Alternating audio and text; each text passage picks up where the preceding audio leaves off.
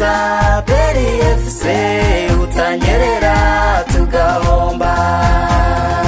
Itariki ya none aperiwe twaje twabukereye PRFC utanyerera tugahomba. Tambuka neza aperiwe, tambuka neza PRFC utanyerera tugahomba.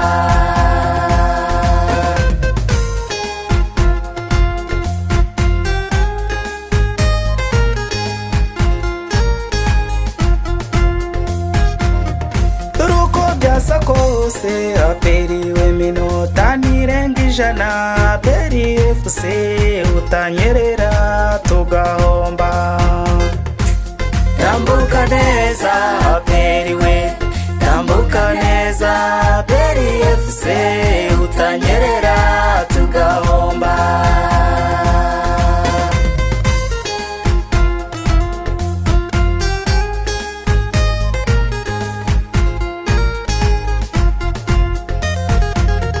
Intsinzi ni intsinzi aperiwe kuyamburwa n'icyaha PRFC utanyerera tugahomba. Tambuka neza aperiwe, tambuka neza PRFC utanyerera tugahomba.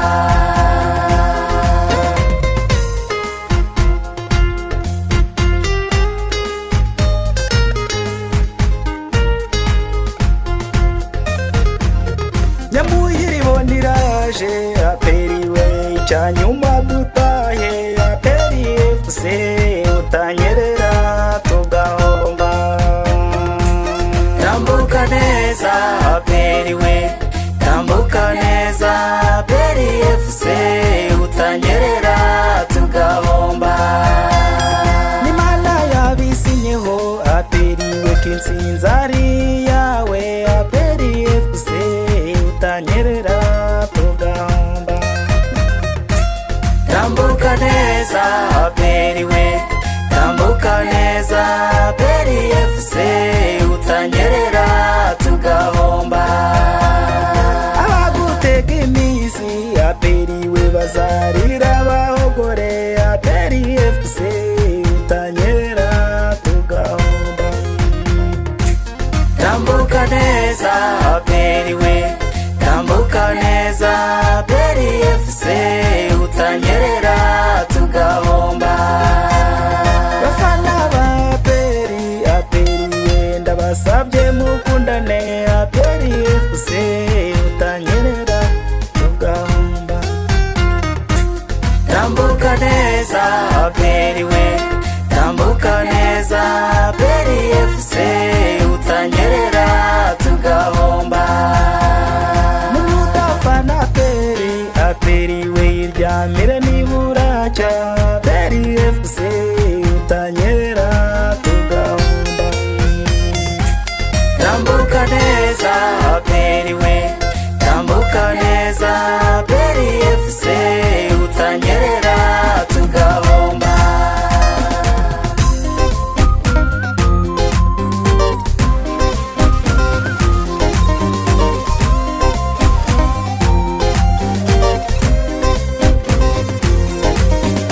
Tambuka gitwara ikipe ya Chaperu turinda akajogo k'ayamagi, zindu n'abarinde wandikisha u Rwanda ngaha peri yacu. Tambuka gitware yema kuko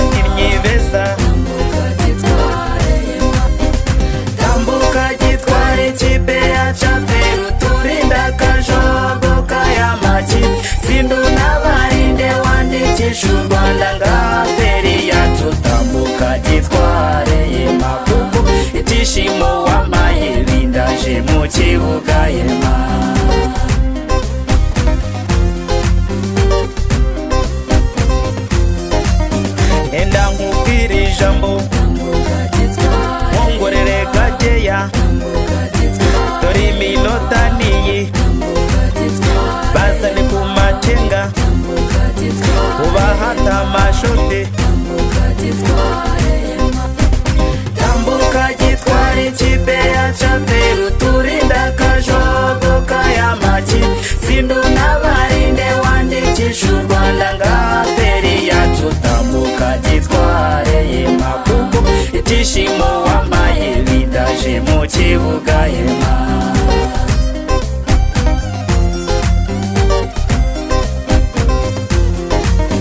intambara ndi nk'indi nta mitoma mu kibuga twe turashaka intsinzi abo bafana babo baraze mu gahinda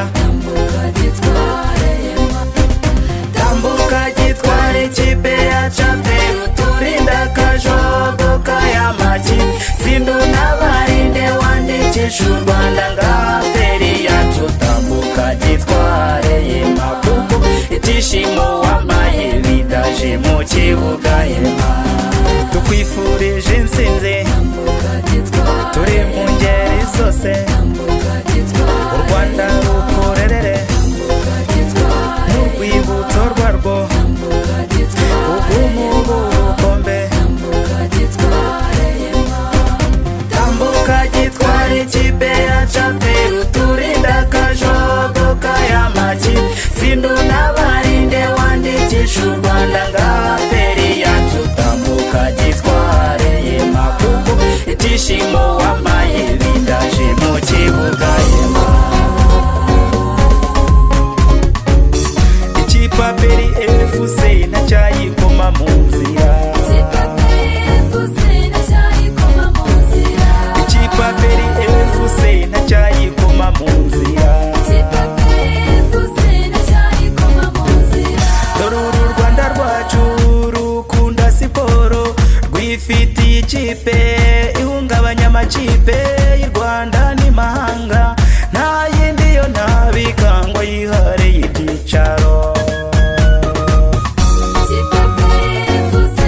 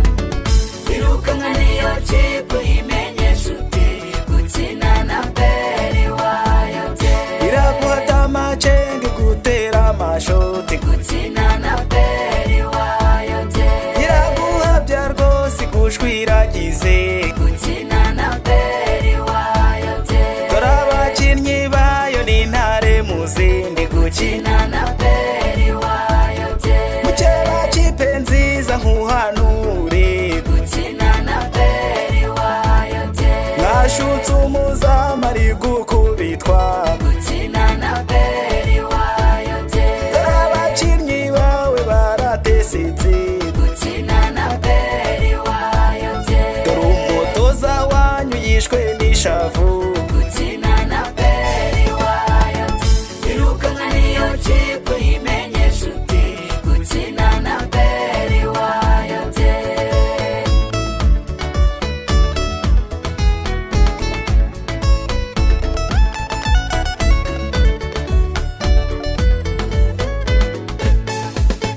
enda ngwino aperi nkwibwirira akantu gukina na beri wayo je ugafate nk'ibanga ukabike kure gukina na beri wayo je gatsindo n'abarindi kiba kibe gukina na beri wayo je umutoza mukuru yarabimenye gukina na beri wayo je atekereza peri ku mutima gukina na beri wayo je ihakabara k'umweru n'umukara gukina na beri wayo je umwami w'ishyamba rikose ngirente gukina na beri wayo je